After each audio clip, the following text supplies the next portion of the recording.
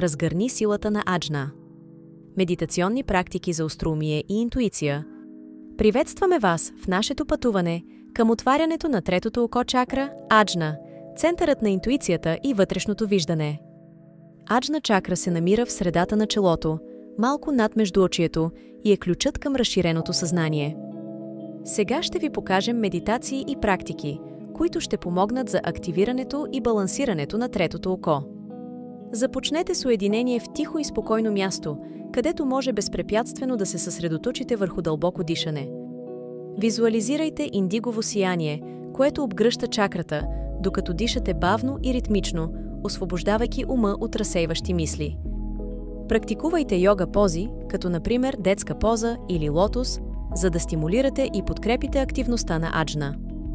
Нека вашето пътуване към развиването на интуицията бъде изпълнено с мир, хармония и ясно вътрешно виждане.